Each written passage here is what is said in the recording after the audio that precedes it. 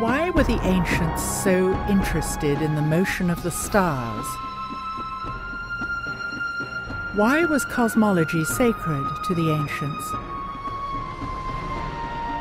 Pondering the history of ancient Egypt, we typically think of the mysteries of the pyramids and the grandeur of the temples. But where did it all start? Do we know how long ago the ancients began tracking the stars?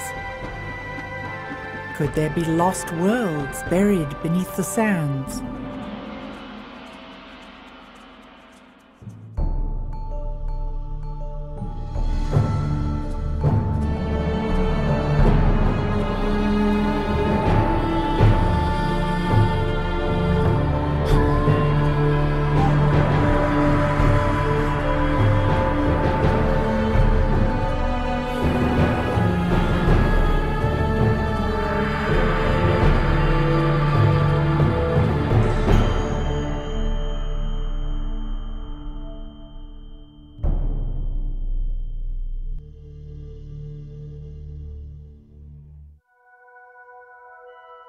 Cosmology is the study of the universe in its totality.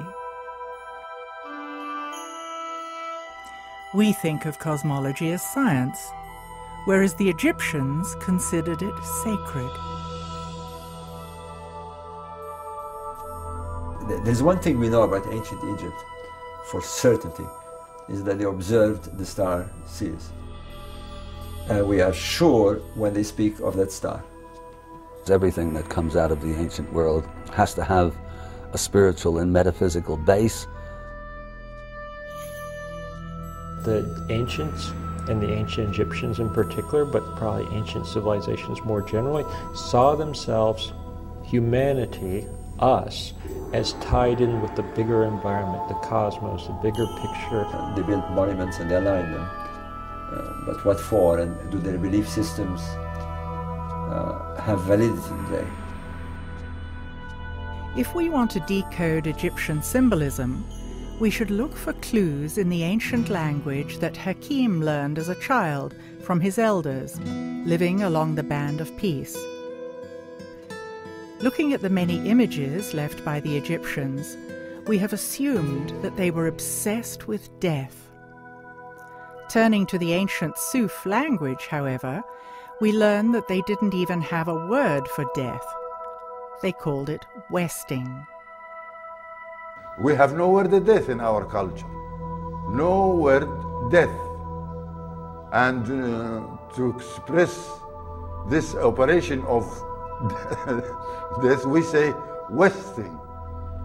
Going towards west, like the sun rises from the east, and westing. So there is no word of death here. Well, they believe in resurrection. If the sun sets in the west, the resurrection happens in the next day when the sun rises in the next day. So the deceased believe that it's just like the sun. The Egyptians obviously had a very different worldview from ours today. They believed in the afterlife and the soul's immortality. Was it possible at all that they had found some sort of science of immortality, for example, we call it? As crazy as it may seem, they seem to be very, very convinced that they knew how to send the king to his cosmic world. Those stellar gods, of whom the king believed that he himself would become one stellar god after his death, constructed monuments and performed rituals that mimic the events that they saw in the sky. It sounds against all the tenets of our scientific beliefs, but we have to see why they were so convinced. The ancient Egyptians perceived the land as a cosmic environment, that it followed the activities of the sky because they believed them to be running in parallel. And they had reasons to believe that. One of the main reasons was the cycles of the Nile. The Nile was the lifeblood of Egypt, and it performed the cycle, which followed the cycle of the sun and the stars. It's not surprising at all that they associated the reappearance of the stars with the rebirth of the Nile. Essentially, the star religion, if you like, boiled down to one important aspect, that it somehow could help the king become a spiritual being and return to the cosmic world in a specific place with Orion and so forth. How they thought they were going to do it is by looking very, very carefully at what happened to the stars. And the stars perform an annual cycle, but those of Sirius and Orion give us a curious cycle in that they disappear, or they appear to disappear. But if you watch a star over the course of the year, you'll find that there comes a time when it is very low in the west at time of sunset. So the sun sets, and as it gets dark, the star appears just for a few seconds over the west. If you come the next day, you will not see that star. And for 70 days or so, the star has gone. It seems to have gone under the earth. But after those 70 days, it appears by this time at dawn, rising just before the sun, which we call the heliacal rising, whereas the Egyptians call it the rebirth of the star. So in their mind, something happened. In their mind, the star went in the underworld, stayed in the underworld for 70 days, and then by magic popped up again, was reborn again in the east. That's the Pyramid texts. The Pyramid texts mimic this cycle. At the ancient site of Saqqara, we find the Pyramid texts, the oldest known religious texts in the world. Covering the inner walls of these small pyramids are thousands of hieroglyphs showing knowledge of celestial mechanics and cycles of time.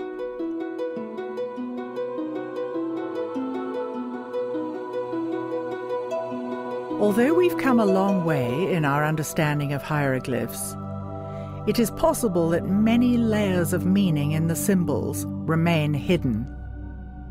Until now. When we approach hieroglyphics, we do so from our own point of view, and we assume that the letters of our alphabet correspond with certain hieroglyphs. There are 4,000 Egyptian hieroglyphs, but only 26 letters. In order to crack the code, we need to open our minds to different levels of meaning.